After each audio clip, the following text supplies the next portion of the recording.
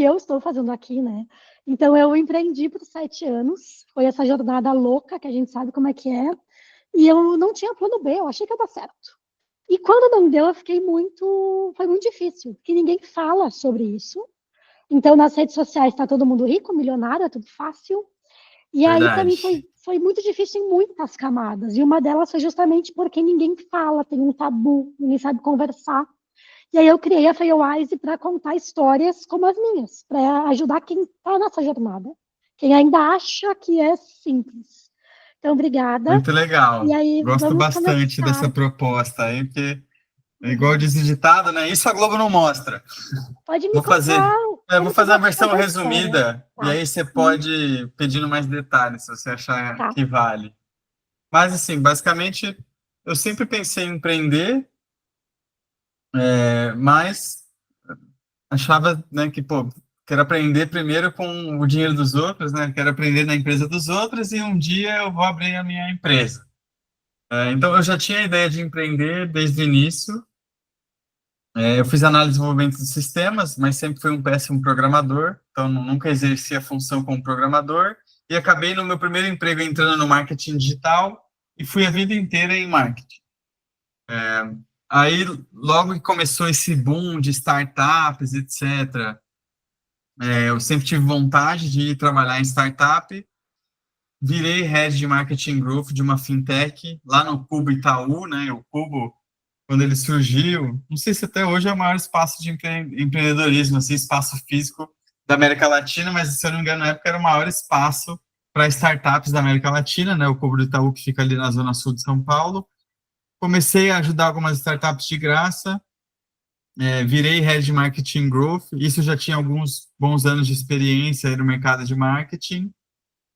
E aí, nessa startup que eu era Head de Marketing Growth, é que eu contratei uma pessoa que era meu gerente, que virou meu sócio no Draft Team.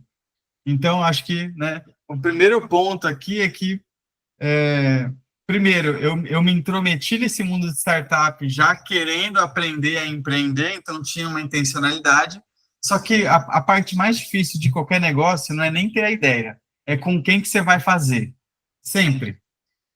E aí, a ideia do Draft Team não foi minha. A ideia do Draft Team foi desse meu funcionário. Né? Na época, eu era chefe direto do Antônio. Então, eu sou o Antônio e ele se chama Antônio.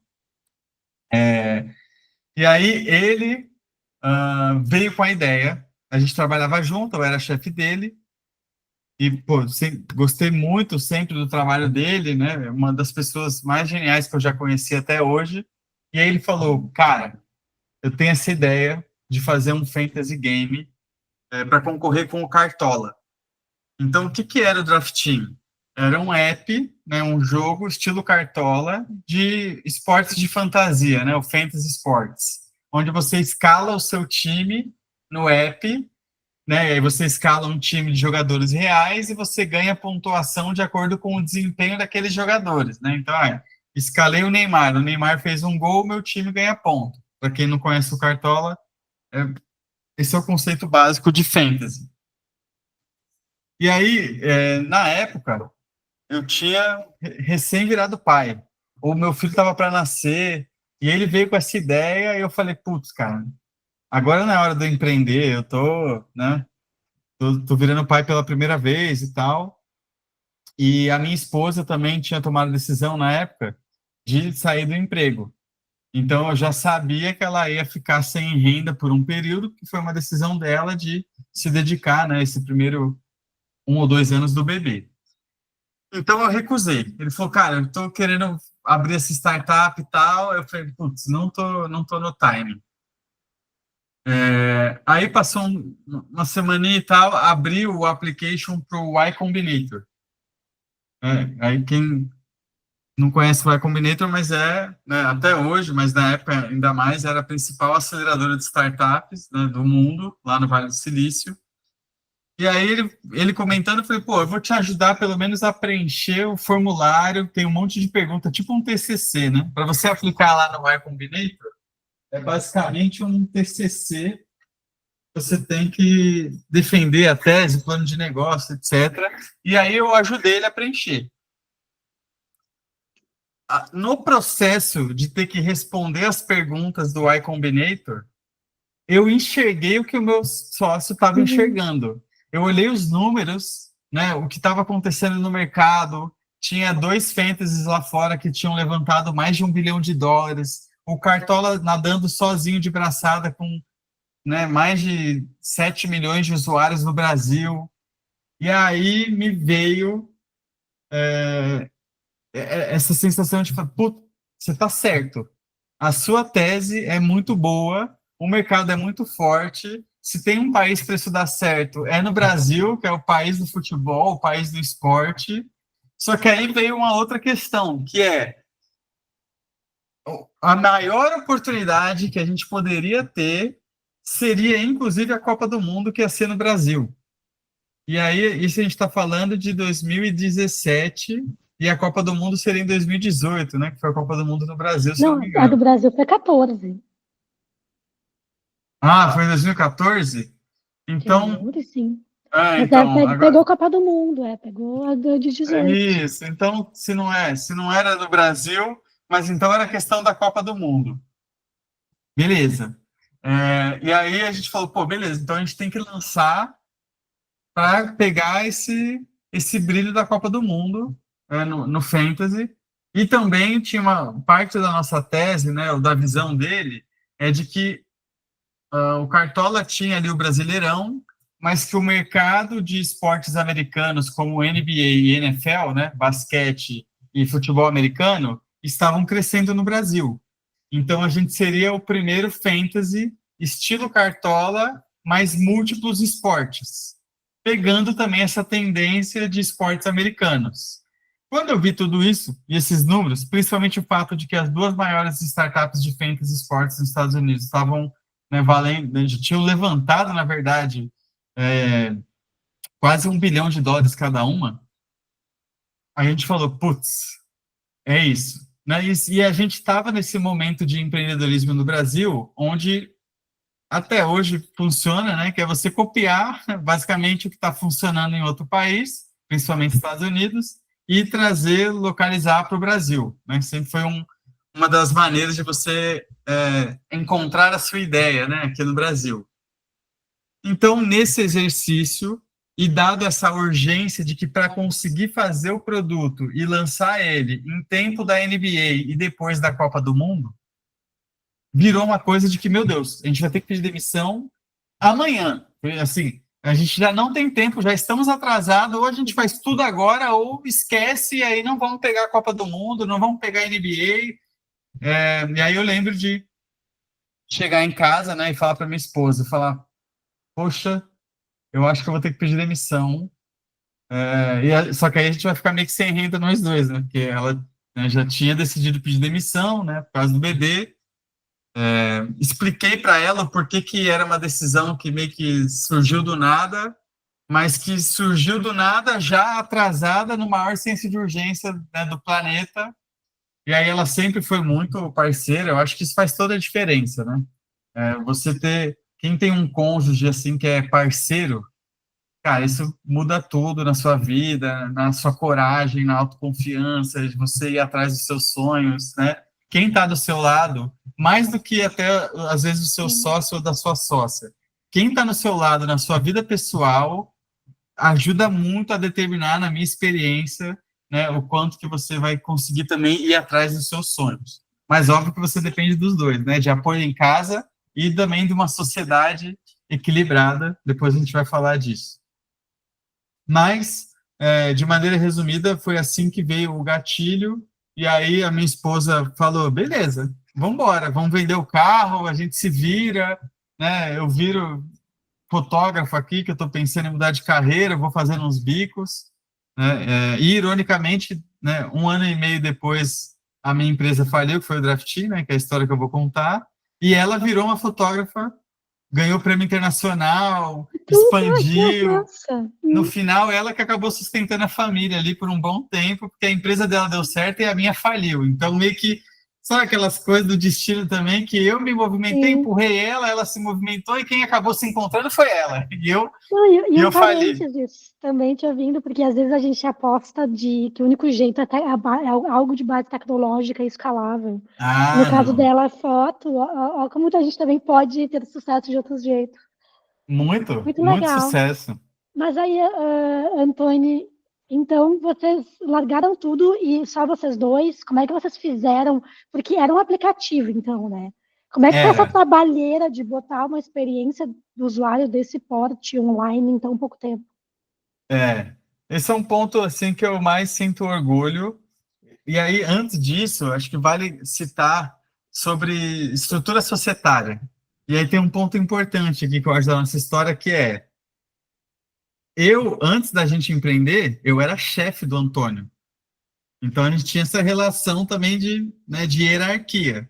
Mas, na hora de abrir o Draftin, eu não acredito muito em 50-50. Tem, né, tem teses por aí do porquê que fazer uma empresa 50-50 te cria várias situações difíceis. Eu sou sempre a favor de ficar claro quem é o dono e num desempate, quem que tem autoridade de desempatar. E todo mundo tem que concordar que a pessoa que é dona é a pessoa do desempate. Senão fica uma loucura. Então, eu mesmo, proativamente, sugeri que ele tivesse uma participação maior na empresa. Por quê? A ideia foi dele, o mercado, quem conhecia era ele, eu nem fã de esportes era, e nem sou até hoje. Então, assim, tinha uma questão de que, pô, quem entende do mercado, da dor, que tem a visão, para mim, já tem um peso maior, que eu não entendia da indústria. E dois, até o software, né, o aplicativo ser lançado, ele ia ter muito trabalho tecnológico. E eu, como comentei, né, fiz programação, mas sou um péssimo desenvolvedor. Eu sabia que ia ter um peso maior também na parte da execução, né, que nesse início de empresa ele ia gerar mais valor. Então, eu sugeri isso e ele aceitou. E aí a gente teve uma estrutura societária onde, né, antes eu era chefe dele e depois, né, num ponto de vista de estrutura societária, ele que virou meu chefe, porque ele tinha uma participação maior. E eu acho importante ter essas discussões difíceis antes de pedir demissão, antes de qualquer coisa. Já entra numa conversa, já coloca o ego de todo mundo à prova, né? Porque acho que essa é uma questão também muito que acaba gerando muitos motivos de falir do futuro, por desalinhamento societário, por questão de ego, não ficou alinhado às expectativas. Então, graças a Deus e essa visão logo de início, não foi por problemas societários que a gente faliu, foi por problemas econômicos, né, de eficiência de negócio mesmo. E aí, a trabalheira para pôr isso de pé, né, aí o mérito, assim, é praticamente todo do Antônio, né, do meu sócio, que ele acabou sendo o CTO e eu o CEO barra CMO ali, né, então eu fui mais para um lado de business, modelo de negócio, levantar capital, pegar investidor, e ele foi para o modo produto, execução, e pôr a plataforma no ar. E aí, um ponto que eu acho que a gente fez muito bem, e a gente até foi um dos relatórios que a gente mostrou para os nossos investidores uma época, é que, sei lá, vou falar 1% aqui, né? Mas com 1% do capital das startups americanas, a gente construiu 80% das funcionalidades que eles tinham. Então, isso foi muito legal. Em termos de produto, a gente conseguiu dar uma visão original para o nosso produto, que a gente não simplesmente copiou e colou nem o Cartola e nem os americanos. A gente fez algumas mudanças para o nosso estilo. E eu posso explicar o porquê, depois a gente pode falar de produto, dessa visão, né? Mas o esforço tecnológico tivemos que levantar a capital, né? Não teve como, era necessário para montar um time de tecnologia, de produto, e colocar no ar. Vocês conseguiram, então, levantar o capital antes de ter algum Sim, faturamento? sim, sim, com certeza. Logo que a gente decidiu pedir demissão, né, a gente falou para os nossos chefes na época, o que foi meio que duplamente dolorido, porque ia sair eu e ele, né, juntos para empreender, então. Mas logo que a gente decidiu pedir demissão, eu já comecei o pitch deck já. Por quê? Porque eu ia sair da minha renda, que na época ganhava 17 mil, para ganhar 5 mil de Prolabore, né? Ali, o mínimo que eu precisava para sobreviver. Porém, o dinheiro que eu tinha guardado dava para 2, 3 meses, no máximo. Então, eu precisava de dinheiro, eu precisava levantar dinheiro, não tinha como. Não dava para a gente ficar um ano construindo o produto, né? Então, ou a gente ia ter que gerar renda de alguma maneira, só que aí isso ia desvirtuar o foco, porque a gente ia ter que vender serviço, não ia dar para focar, só que a gente não tinha tempo a perder, porque a Copa do Mundo e a NBA estava chegando. Então, o caminho clássico era levantar capital. A gente levantou uma rodada anjo de 600 mil, e depois a gente fez um follow-on de mais uns 200 e poucos mil. Então, ao todo, a gente levantou quase 1 milhão. Em quanto tempo, então, foi pro ar o produto? Eu acho que para lançar demorou 1 ano, se eu não me engano, 1 ano e pouquinho. Mas foi isso, assim, a empresa teve 1 ano e meio de vida, sendo que 12, 14 meses foi construindo o produto, e assim, com o produto no ar foi tipo 4 meses. Então foi meio que tudo ou nada, onde a gente lançou primeiro a NBA, só que sem a monetização. Esse é um ponto. A gente estava ainda muito naquela tese de, toca no usuário, traz o usuário, mesmo que a gente ainda não saiba como monetizar, no futuro a gente monetiza. Mas a gente percebeu que a gente errou, porque quando a gente foi falar com os investidores, estava todo mundo querendo show me the money, porque no Brasil, para quem entende o mercado de startups e venture capital, eu diria que 80%, 90% do funding vai para empresas B2B e SaaS. Você empreender no B2C no Brasil é coisa de maluco, poucos fizeram e a maioria não deu retorno para investidor. Então, assim, a gente teve muita dificuldade na hora de pegar um venture capital profissional, a barra de exigência por faturamento estava lá em cima, e a gente ainda estava no modo Nárnia, achando que não, vamos fazer um produto que todo mundo ama, depois a gente pensa em como ganhar dinheiro. Aí, se fudendo, não é assim que funciona. Aí a gente falou, meu Deus, precisamos lançar um modelo de monetização o quanto antes. Aí, em 1, 2 meses, a gente lançou o modelo de monetização, e também a gente já pensou, não só a gente precisa monetizar, como talvez o Brasil não seja um mercado maduro o suficiente. Então, já vamos ter que lançar com internacionalização de moeda.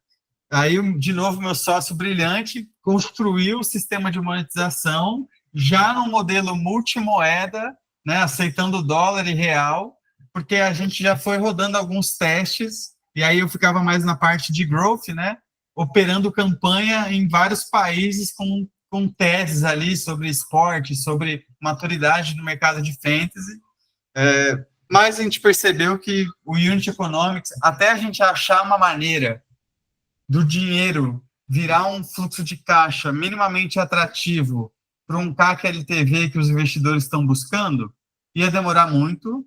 E mais do que isso, Nath, acho que foi o ponto-chave da gente desistir, porque tinha investidor que queria continuar pondo dinheiro. Alguns investidores nossos falaram, não, a gente continua pondo dinheiro, a gente põe mais dinheiro, vamos continuar. Só que o que a gente percebeu? Para ganhar dinheiro mesmo, a gente, como fantasy game, você só vai ganhar dinheiro provavelmente de 2 maneiras. Ou você vira um app de apostas, porque apostas esportivas é onde está o dinheiro. E aí, olhando hoje o mercado de fantasy, quase todos os fantasies ou faliram ou foram comprados por migalhas por casas de apostas. Eu tinha essa pergunta na minha cabeça para fazer, se vocês chegaram a considerar isso. Consideramos, não só consideramos, como a gente foi ver lá em Curaçao, que é um paraíso fiscal para você abrir casa de apostas. A gente chegou até a pegar o formulário do governo que dava incentivo, né? O governo de Curaçao ia te dar $50 mil para você se mudar para lá para abrir uma empresa. Então, a gente chegou a cogitar de pegar as famílias e se mudar para lá para virar um app de apostas. Porém, esse acho que foi dali para frente que a gente percebeu que não ia dar certo, que a gente ia jogar a toalha. Por quê?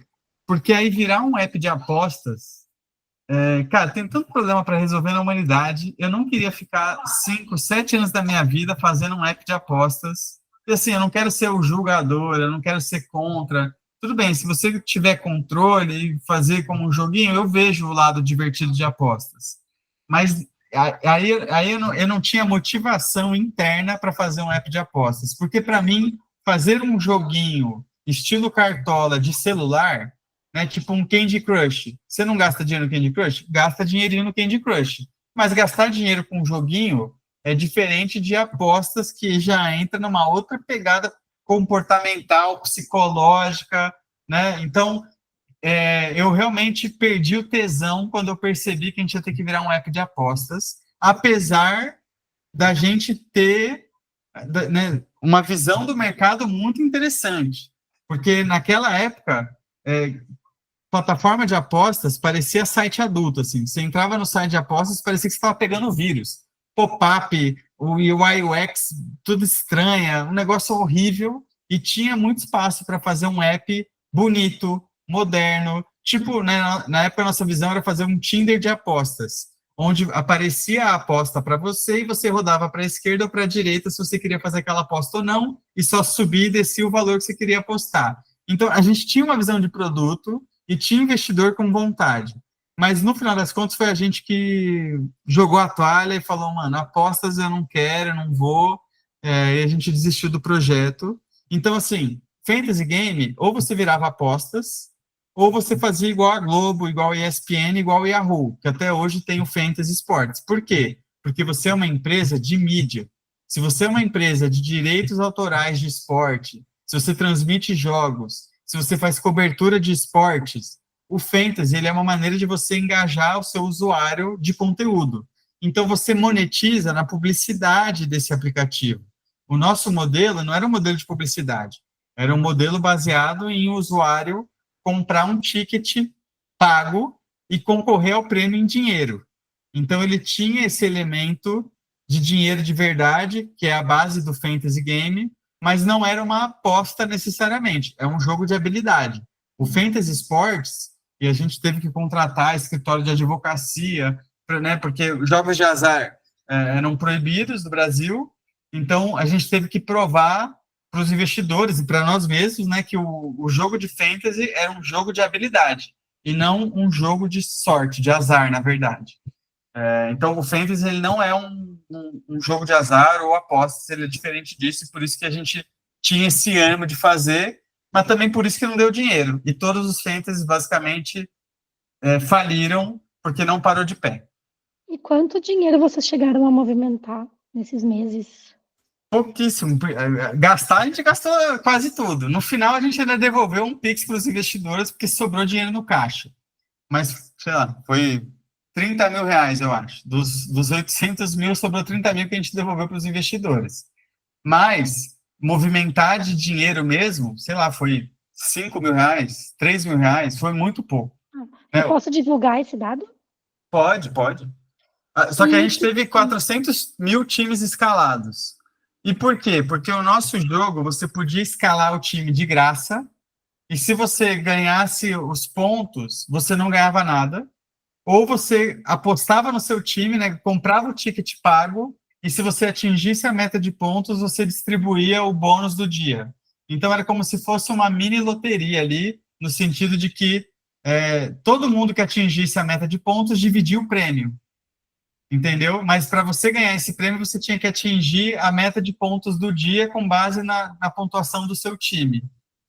Então, era um modelo que não era uma aposta eu contra você. Era meio que cada um contra si mesmo. Se você montar um time que vai fazer a meta de pontos, né, definidos no dia, você dividia esse prêmio em dinheiro. Só que a gente teve, sei lá, 4 ou 5 meses com o produto no ar, mas só 2 meses com o produto com monetização. Então, né, desse tempo de vida da empresa, a gente teve 60 dias onde o usuário tinha uma forma de gastar dinheiro com a gente. E aí a gente viu nesses 2 meses que não estava tendo uma taxa de pagantes e de recompra muito boa, e que a gente provavelmente ia ter que virar... Porque aí, nesse momento, a gente já viu que nos Estados Unidos, os fantasies também já estavam começando a ter dificuldade, e que provavelmente a gente ia ter que ir para um modo de apostas. Então, tudo isso foi acontecendo ao mesmo tempo e fez a gente desistir da tese e falar, não, já vamos decidir fechar, demitir o time, pagar a rescisão para todo mundo, meio que quebrar limpinho, né? já vamos jogar a toalha e vamos quebrar limpinho e devolver o dinheiro para os investidores. Então, a gente acabou... lógico que a gente quase... Não vou falar quase, né? Mas a gente teve conversas avançadas para vender para o UOL. Então, a gente teve, né, várias conversas com a diretoria. Na época, o Paulo, que hoje é CEO do UOL, ele era o cara de M&A. Então, a gente teve reuniões com o Samia, mas, no final das contas, não rolou. E quantas pessoas vocês chegaram a ter no time? Eu acho que foram 5 ou 6 pessoas. E qual é que foi o auge? O auge foi a NBA, porque a gente criou uma base muito fiel de usuários, e foi ali que a gente teve centenas de milhares de times escalados. Todo dia a galera ia lá e escalava o time, né? NBA tinha várias rodadas durante a semana. Então, o auge foi a gente perceber o feedback dos usuários, times escalados, só que aí a gente ganhava dinheiro com isso, né? O time escalado era mais era a versão free ali. Então, em termos de uso do produto, foi o auge. Mas, e também foi um prazer a Copa do Mundo, né? Lançar um fantasy da Copa do Mundo no país do futebol, eu acho que foi muito legal. Essa cobertura e pegar o feedback. E até hoje tem gente que deve mandar mensagem lá na página do Draftin falando: e aí, cadê o Draftin? Não vai voltar? Então, teve esse auge também de perceber que tinha um nicho de usuários que ficaram muito felizes com o nosso produto. E, Antônio, como é que vocês adquiriram esses clientes, então? Porque ele ficou no ar relativamente pouco tempo, mas teve essa grande escala, porque 400 Sim, mil é bastante. é Como é que foi esse bastante. processo? Boa. A grande maioria foi anúncio, foi mídia paga. Aí a gente começou a fazer conteúdo também para cobrir os jogos, né? Uma das pessoas do time era uma pessoa especialista em NBA, né? Meio que um comentarista ali, não profissional, mas que tinha já uma carreira, né? Analisando jogos. Então foi esse mix de mídia paga, muito anúncio no Facebook, e aí, teve um anúncio em específico que ele explodiu. E aí, o custo de aquisição de usuário era R$ 1 e pouco.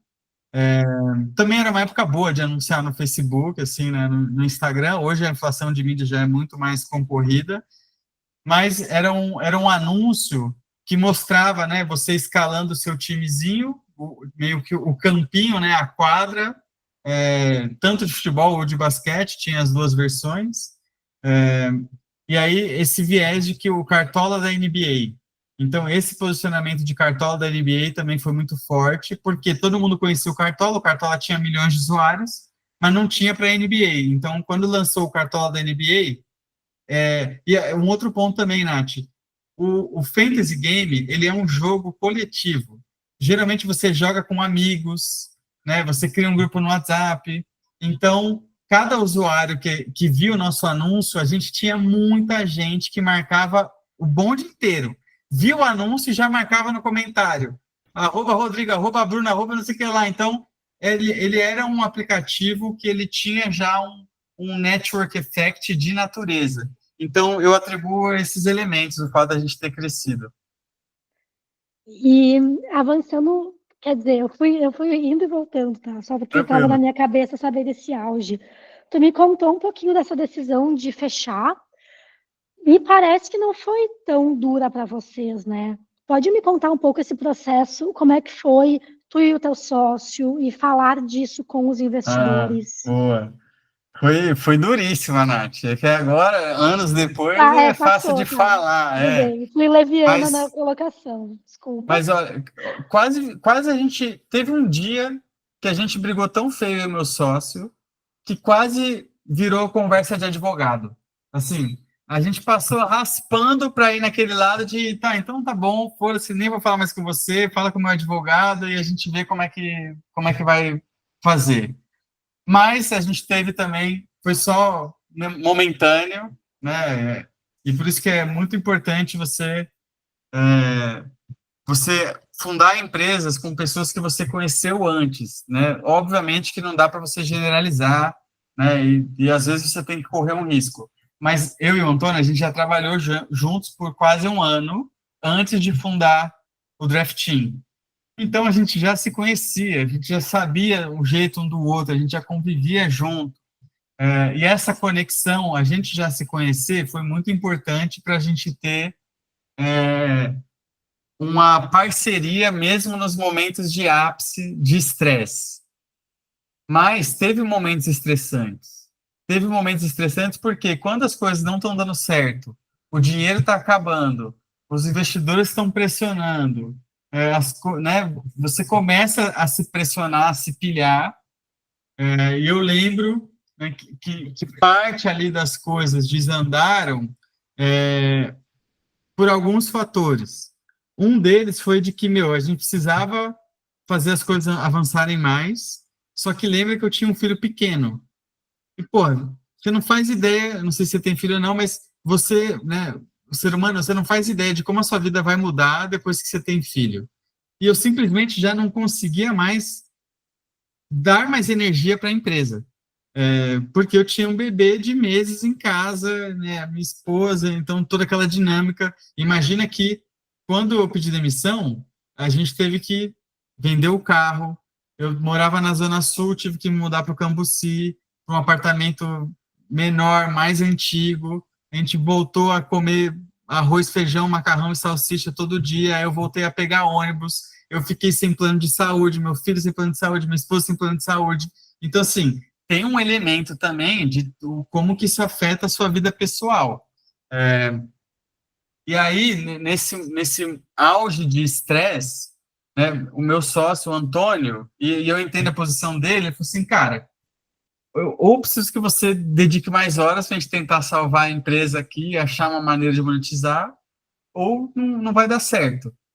E aí foi nessa hora que a gente começou a ter alguns impasses de, putz, beleza, então tô fora, sabe? Traz um outro sócio para tocar com você, porque se eu tiver agora que escolher literalmente entre nem estar presente para o meu filho e, né, dedicar 15 horas por dia para a empresa, eu não vou abrir mão do meu filho.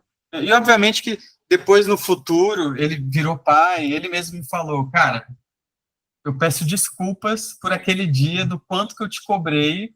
Hoje eu nem imagino como é que você conseguiu fazer naquela época e cuidar de um bebê que. Então tem uma certa empatia que você realmente só consegue ter depois que você tem os seus filhos. Mas foi esse momento onde eu me senti ali pressionado, sabe? Aí ter que meio que escolher na minha cabeça, assim, entre ou a empresa ou o meu filho pequeno. Ali gerou um estresse que a gente quase brigou, né, societariamente, mas logo assim veio um sopro de luz, no dia seguinte a gente esfriou a cabeça e falou, não, porra, vamos junto, dá pra gente correr atrás disso juntos. E outra parte também que foi bem estressante, assim, é porque a gente estava em negociação com o UOL. Só que, né, eu não tinha mais dinheiro guardado, o dinheiro da empresa estava acabando, a gente provavelmente ia fechar, não sabia se o UOL ia comprar a nossa startup ou não. Aí eu falei, cara, eu preciso de um emprego. Assim, eu vou ter que ir atrás de um emprego enquanto a gente está fechando a startup. E aí eu acabei passando no Google. Só que o UOL estava em estágios, avançando no estágio de M&A. Então eu recebi a oferta do Google, mas eu tive que recusar. E aí essa foi a parte estressante, assim, de falar, meu Deus do céu, eu passei no Eita. Google, Pô, porque é aí eu falei, Google, né? Assim, pelo amor de exatamente, Deus, quem é que passa no Google? Eu conheço poucos. exatamente, exatamente. E aí eu fui muito transparente com os investidores e com o meu sócio, eu falei, ó, tá aqui a oferta que o Google me fez. E assim, era bastante dinheiro. E aí eu falei, eu vou pedir um prazo para o Google, explicar que a gente está talvez vendendo a startup. E eu prometo para vocês que se a startup for comprada pelo UOL e o UOL exigir que eu faça parte do acordo, eu não vou para o Google e eu vou para o acordo. Porque eu também, esse foi um ponto importante para mim, né? É, eu não iria deixar o acordo ir por água abaixo só porque, não, agora que eu já passei no Google, foda-se, né? Foda-se a venda, foda-se o UOL. Então, essa parte foi uma parte difícil, porque eu tive que vencer o meu medo de perder a chance no Google E aí eu ia precisar de um tempinho de terapia também, se tivesse acontecido isso, né? É, mas aí o que aconteceu, aquelas coisas também loucuras da vida. Eu pedi um prazo a mais para o Google e a recrutadora falou: Ó, tá bom, vou te dar aí 10 dias. Ela entendeu, foram super compreensíveis. E aí a gente tinha uma reunião com o Sâmia e, se eu não me engano, o Frias do UOL, né, que é o dono ali da família, né, do grupo, ia participar dessa reunião. E foi o dia que o irmão do Frias faleceu. E a nossa reunião foi desmarcada porque houve esse falecimento na família. E aí a gente já falou, cara, agora o dia foi por água abaixo, assim, né? Esquece, né? Não era o momento mais, despriorizou. Então foi essa fatalidade, né? E talvez assim, o business ele também não era tão bom para o UOL comprar. Então não estou falando que se não fosse isso o UOL teria comprado, mas Tu teria tinha uma um valor sinergia. de venda?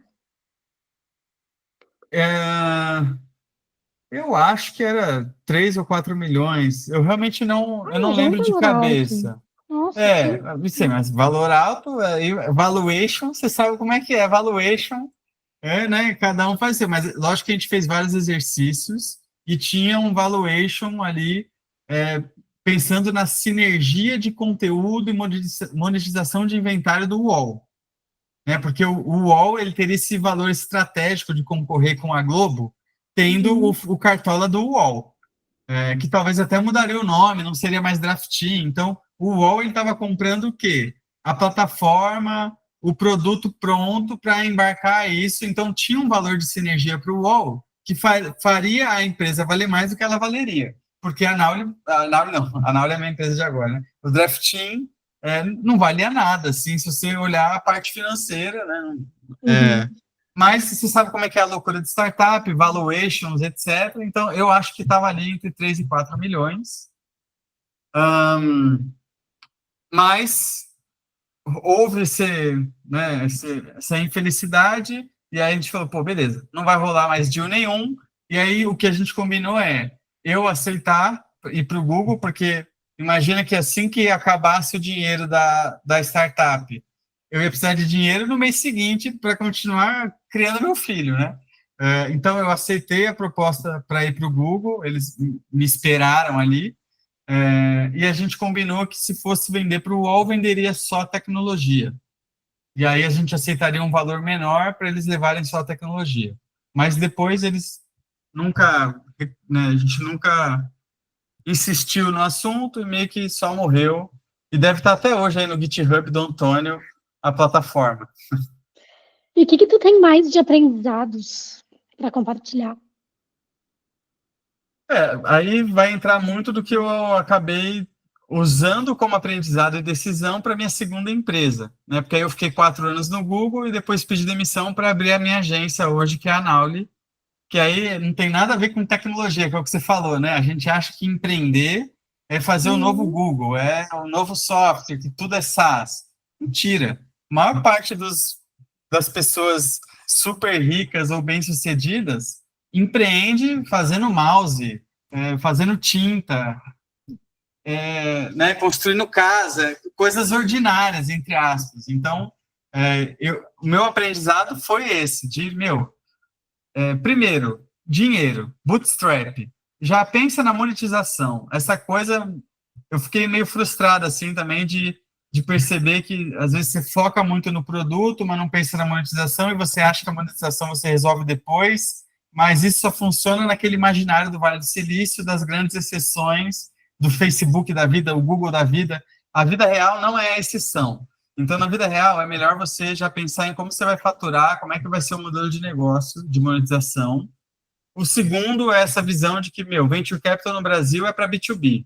B2C, você tem que ter uma bala na agulha fantástica, você tem que ser um outlier, você tem que ser um Nubank, né, para fazer algo nesse sentido. Então, é muito difícil você empreender no B2C no Brasil, né, pensando em startup.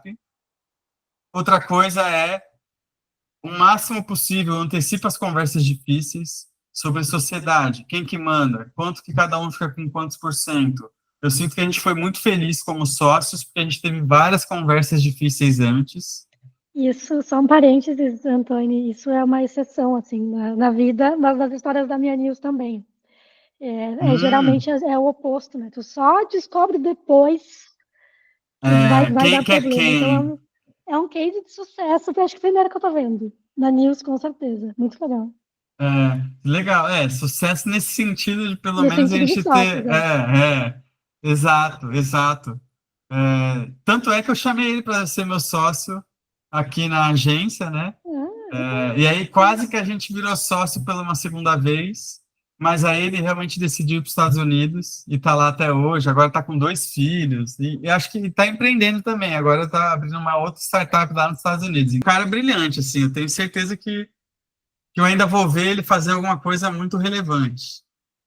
Mas esse foi o nível de relacionamento, sabe? Da gente cogitar ser sócios de novo, de continuar a amizade. Então, eu realmente considero que foi um sucesso nesse sentido. Duas perguntas que eu sempre faço para entender a tua priorização agora no teu novo negócio, tá? O que tu fez igual, né, no teu novo negócio? Então, uma escolha que tu fez igual e uma escolha que tu fez completamente diferente. Completamente diferente, que está mais fácil de responder, eu vou fazer um negócio num modelo de negócios validado, sem risco, para ganhar dinheiro. Então, quando eu decidi pedir demissão do Google, foi porque eles voltaram para o presencial. E aí, minha vida aqui no interior já estava muito boa, com a família, 2 filhos, etc. Aí eu falei, putz, eu não quero voltar. Aí eu pedi exceção, eles barraram, aí eu falei, tá bom, então eu vou sair. O que que eu vou fazer? Aí eu falei, vou fazer alguma coisa para eu ser dono do meu destino. Né? Uma vez almoçando com o fundador do Guia Bolso, o Thiago, ele falou, cara, enquanto você não dá lucro, você não é dono do seu destino. Então, a coisa que eu fiz o oposto dessa vez eu vou empreender e eu vou ser dono do meu destino, quero gerar caixa desde o primeiro dia. Tanto é que a Nauli começou a ganhar dinheiro enquanto eu estava já no aviso prévio do Google, eu já comecei a ganhar dinheiro e aí o modelo de agência é menos escalável, é menos glamuroso do que uma startup, mas dá dinheiro. Então, esse foi o que eu fiz diferente.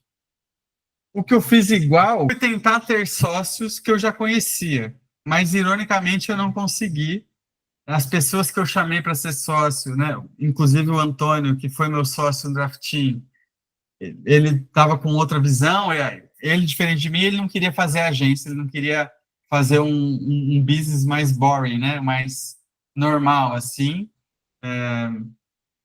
Mas eu acabei depois depois de um ano, eu encontrei um sócio, que é o Paulo, que hoje é meu COO, que eu não conhecia ele previamente, mas ele trabalhou junto com um grande amigo meu que eu conheço há mais de 10 anos. Então, eu consegui fazer essa transferência de confiança através de um grande amigo, mas eu não segui o meu próprio conselho, né? De, pô, seja sócio de alguém que você já trabalhou antes. Então, aqui me contradizendo no que aconteceu, mas, né, recomendo tentar ser sócio de alguém que você já trabalhou pessoalmente. Mas o que eu fiz igual, talvez o que eu fiz igual é continuar um foco absoluto no cliente. De tentar falar, meu, o que que o cliente quer? O que que seria uma agência muito boa para o cliente?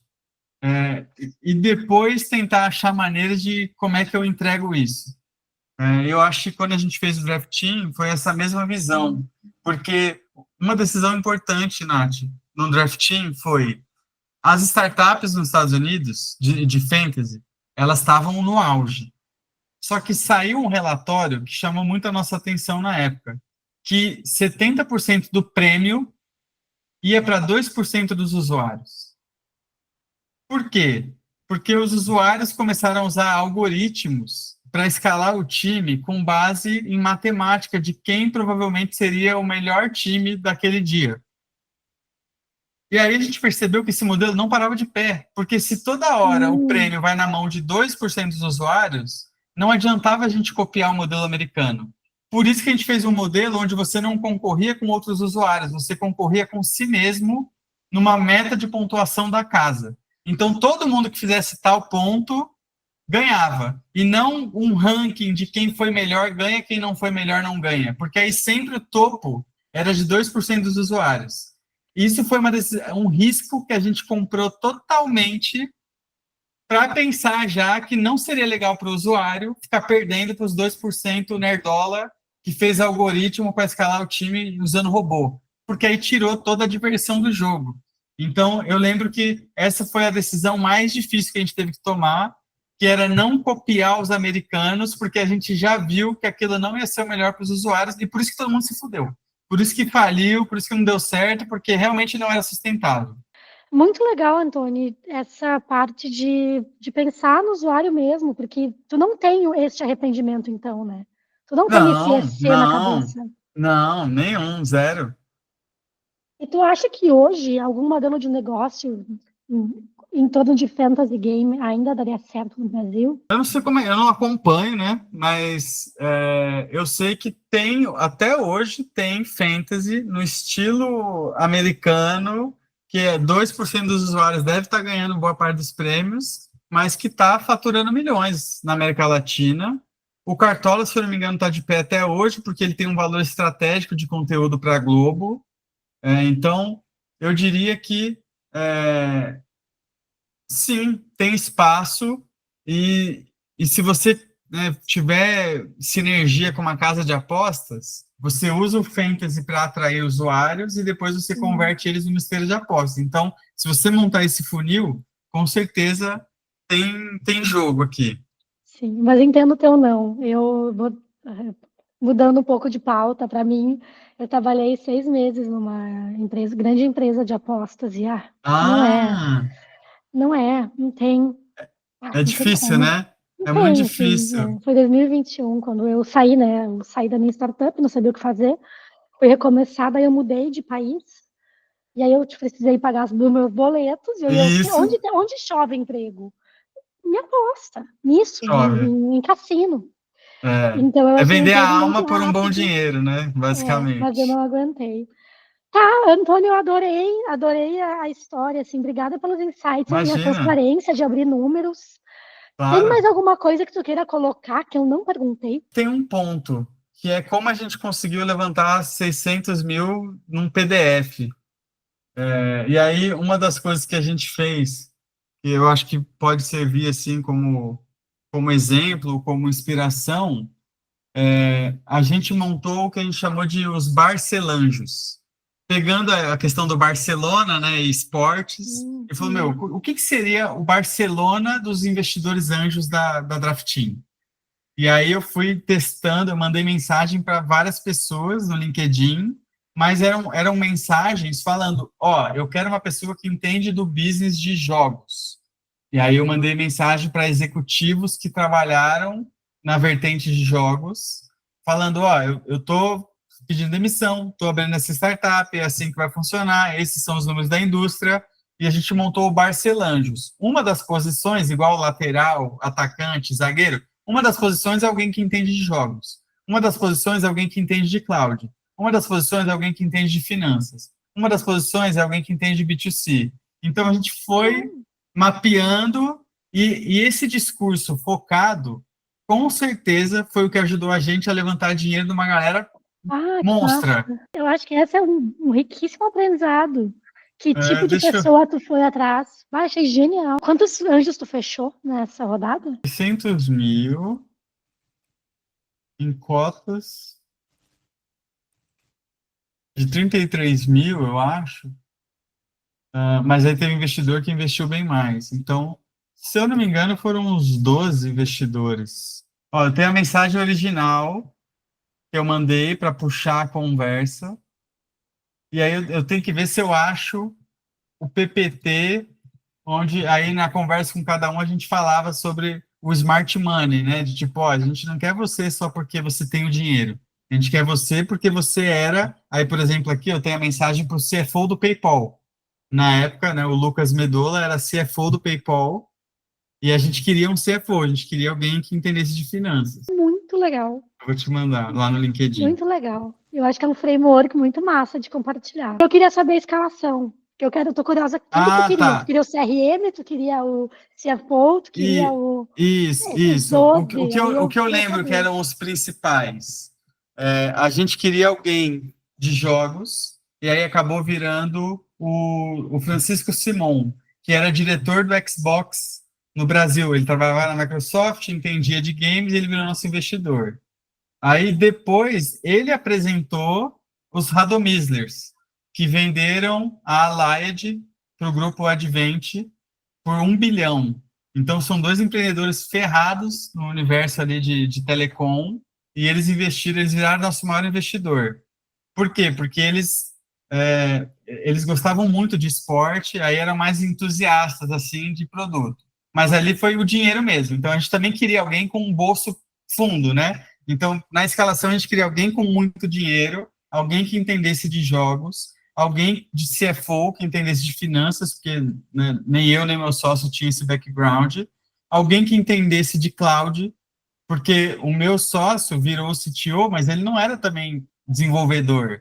Então, a gente tinha medo do quanto que ele ia conseguir também ser capaz de resolver alguns pepinos. E aí, o Michel, que hoje é o head de AI da Microsoft no Brasil, na época era um cara de cloud do Google, e ele virou nosso investidor, porque a gente decidiu usar o Google Cloud Platform, e aí ele virou investidor nosso. Eu lembro que a gente queria alguém de B2C, mas o Simon, ele tanto entendia de jogos como ele entendia de B2C também. Então, acho que ele acabou pegando essas duas cadeiras.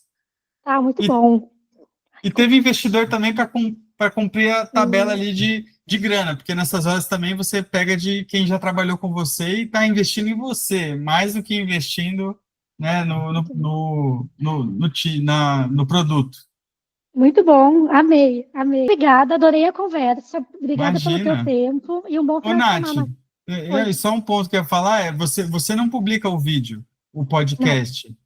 Ah, será que não valeria a pena já, pelo canal YouTube? Eu sinto que, meu, ia render vários cortes das suas entrevistas. E às Se tu me vezes é de. autorizar, essa eu publico.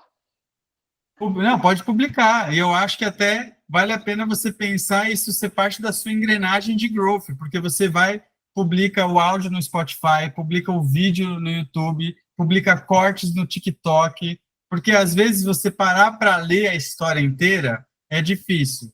Mas um videozinho, ou você escuta enquanto está lavando uma louça, eu sinto que você conseguiria ampliar muito o impacto e pegar esses cortes de momentos difíceis, de superação, sei lá, o papel do cônjuge na minha história, esse tipo de corte conecta muito, sabe? Então, fica a minha sugestão aqui, está permitido Obrigada. você transformar em vídeo aí em podcast. Obrigada. Eu quero fazer isso, só que eu não me sinto muito segura, tá? Eu não acho que eu entreviste bem, que eu tenho ainda. Não sei. Me Ah, falta boa, braço legal você. também, mas eu, Sim, eu, eu quero. Talvez eu jogue essa no YouTube só pra ver, já que tu me autorizou. isso, joga e, meu, olha qualquer creator, qualquer um, Uhum. vai lá nos vídeos originais.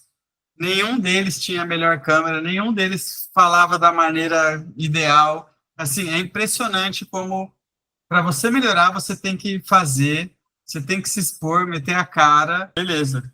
Valeu. Obrigada. Um beijo. Tchau, Tchau, tchau. tchau.